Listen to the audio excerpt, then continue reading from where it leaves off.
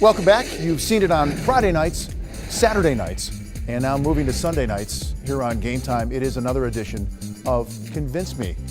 Yeah, the little dance and beat. That's right. As we have players, topics, things we talk about here, present to the guys. They make an argument to me, trying to convince me their point of view is the correct one. Shall we start? Rick, I'd like you to lead off here. Okay. And we're going to hit the ground running right now. Convince me.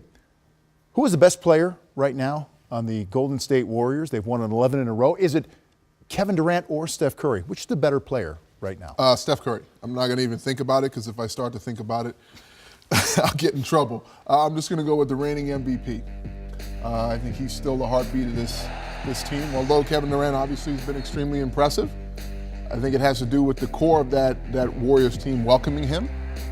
He's shooting the ball exceptionally well. He's doing a lot of things well, but they're going to go as this two-time defending MVP leads them. I think he's gotten off to a good start as well. Say Steph Curry. Steph Curry. Brent? I'm going to say Kevin Durant, averaging 27 points a game right now, shooting 57% from the field, and having to do the bulk of the rebound work, changing at least his approach on the interior part of the defense, and how much yet is still unseen with Kevin Durant in this new system where he's able to play with a collection of talent that he's not seen before. That's going to allow him more and more opportunities to just devastate opponents with his scoring ability. I say it's Kevin Durant. This is not an argument about who I'm starting my team with. Sure. But right now, I think Kevin Durant's the best player on that team. Brent, you have convinced me that Kevin Durant right now is the best player on that team. And for all of the reasons above and acclimating himself to this situation and not missing a beat, he's been spectacular in terms of his all-around game, which includes assists and some blocks. Yeah, how about a few block shots to throw in there? And I think KD is it. All right, so that was just the first question. Hey, no, it's an accurate argument. We're rolling. Question number two. Convince me, Bones, at this point, who is really the best under-the-radar reserve? Maybe a guy who's breaking out this year and getting himself some attention that hasn't happened in years. Sure, and I think you were asking, Vince, for a little bit deeper dig. Let's go in the Lou weeds Williams, a little the bit. Jamal Crawford Yeah. sort of thing. I'm trying to convince you that Mike Muscala of the hometown, since we're here in Atlanta, Hawks, has been a revelation, filling in for Thiago Splitter. Last year, he just had 9 minutes a game in 60 games. This year, he's up to 21 minutes. He's had one start, and the only starter above him in terms of plus minus right now is Paul Millsap, the guy he comes in for. So I'm going with the Moose, Mike Muscala. Not bad, not bad. Yeah, I like it. Because I know you were thinking about Thabo for a while. I was thinking about Thabo, and I almost went with him, but I'm going with the Moose. You went with the Moose, which is what, Moose ears. Go ahead. I like a young man that's getting a few more minutes now, Frank Kaminsky in Charlotte. He shoots the three ball exceptionally well, plays with a high IQ, understands the game well, but he also has been assisting, creating opportunities for teammates, and I think he has really filled a void with some of the injuries that's been going on from Marvin Williams in Charlotte, and I think he needs a little more attention. I'm not crazy about either one of those guys, so I'm going to split the point. What do you have? I was thinking, to me, and it's not a guy who's winning right now, but I was very impressed with Nick Stauskas of late, a guy who's really been through a lot. High draft pick, had a lot to live up to, is playing inside and outside now, giving them good, solid bench scoring, and he's been very effective in terms of keeping the process going in Philadelphia. I'm not saying mine's better or worse, so I'm going to split the point for both of you because I don't think either one of you is wrong. Fair enough. No, I won't score it for myself. Stephen Lindsay was asking me, our director, to take the point and run, but I don't know if I can do that. I haven't checked, actually, the Convince Me rule book. Moving right along. Rick, I have to ask you this. Convince me Russell Westbrook right now is the best out-of-position player maybe ever, certainly of his generation. Well, I've been struggling with this question, even knowing that it was coming, because, look, Russell has been a product of his youth and the branding of his youth as an aggressive, in some cases reckless. Is he a point guard? Is he a two guard? I don't think he fits in any of those positions as we traditionally have defined them. And so when you think of Magic Johnson over the years, that he changed the point guard position. To me, Russell Westbrook, if you can be comfortable with the way he attacks and you can remove your thought process around traditional point guards or a calming presence on the floor, then maybe you can take the next leap of faith and say that this is the point guard of the future. This is what guards look like in the future. So I'm going to call him his own category. He's a power guard.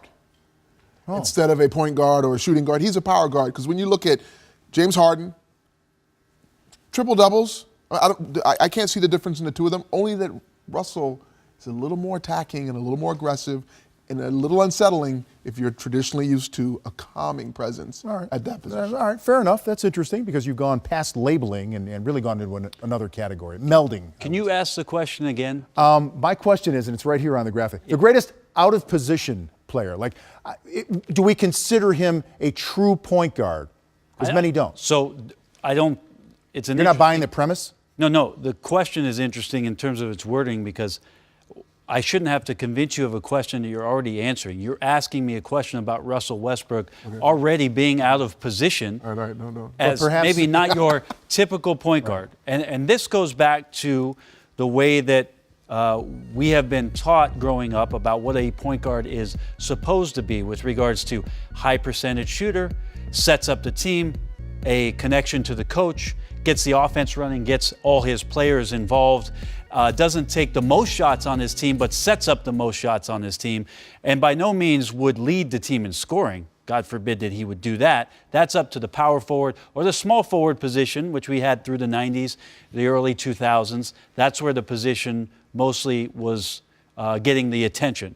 Russell Westbrook does define this position in a whole new way, being as attacking and being as used as he is in this position. And now he's taking on a little bit different, there's a little bit different recognition, Vince, this year because now we're looking at possessions where he's not playing with Kevin Durant and where we're not criticizing or critical of the idea that you didn't explore maybe the best player in the universe that last possession by moving the ball to KD. There is no KD on the team this year, so Russell has the reign to do those same things that we've watched him do over the course of the past 6 seasons.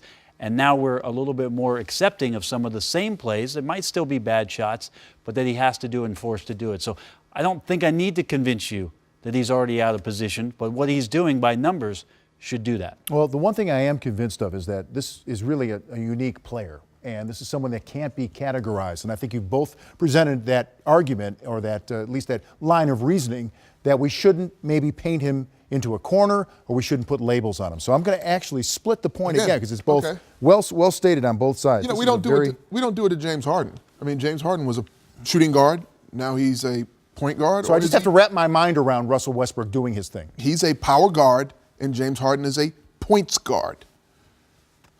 All right, fair enough. You like that one? Points guard. No, I like power guard better. Okay, but points power guard guard sounds like points guard. You don't like for Harden? Points guard?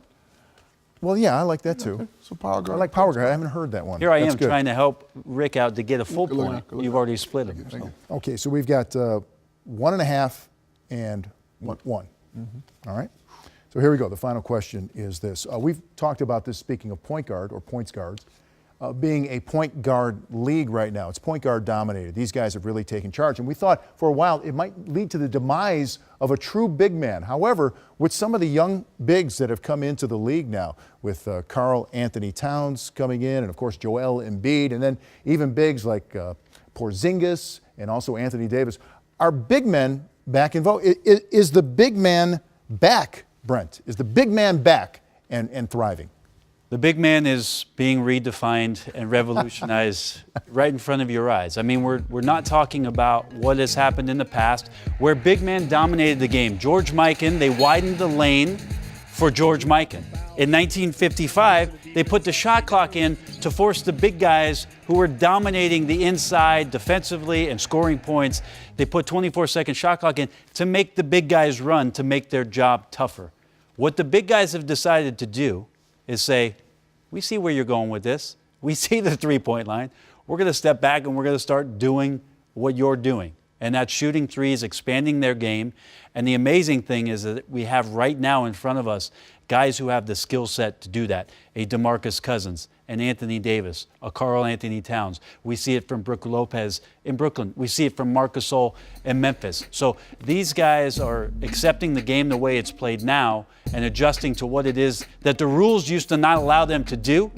They're stretching the rules now for themselves to be effective and be an important part of what the offense is nowadays. So hard. Stole my answer. All I could say to that point is I don't think the big men ever went anywhere. They've just become more skilled and adept at playing the game, and the game is accepting them out on the perimeter and allowing them, coaches are allowing them to do things that we did not allow big men to do. Shaquille O'Neal had some of these skills without the three-point shooting capabilities, or maybe just the outside the paint shooting capabilities at all. He's going to kill me for that one. But our big men today, Anthony Davis, Karl Anthony Towns, we're seeing the youth in our game. They're tall, so we call them big men, but they play like guards. They play in a lot of ways. Kristaps Porzingis is playing, shooting three-pointers. Right. They're all doing what I always use Brad Sellers. I'm sorry, Brad Sellers. Brad Sellers wasn't allowed. Every time we made jokes about Brad Sellers, every time he floated out to the three-point line. It wasn't long ago we made jokes about any big man that was hiding out behind the arc. They were supposed to be in the paint, rebounding and banging and protecting that box, right? Protecting that area. And now they're doing that, but they're smart enough to know how to use their teammates and float out and play pick and rolls and roll to the three-point line. They've opened up the game. So I don't know if they ever went anywhere as much as they're demanding attention by broadening their skill sets, and the game has allowed them, and the coaching staffs are accepting that. I am going to call it a comeback only because I think they've evolved. Like many years ago, like evolution. Either you evolve or die. Well, They made themselves a valuable commodity. I'm going to totally agree with that sentiment, Vince, in that I think we were ruined by what the mid-'80s offered us. When you had a draft or a couple years in the draft where you saw David Robinson, Akeem Olajuwon, and Patrick Ewing all come into the NBA around the same time, it felt like every team in the league had a dominant center that was getting the job done. And if you didn't have one of these prized possessions, guess what? You got no chance to win the championship, and your defense probably is going to suffer because of that. That's not the way the game's played, and teams have never had existing centers have dominated the game that way.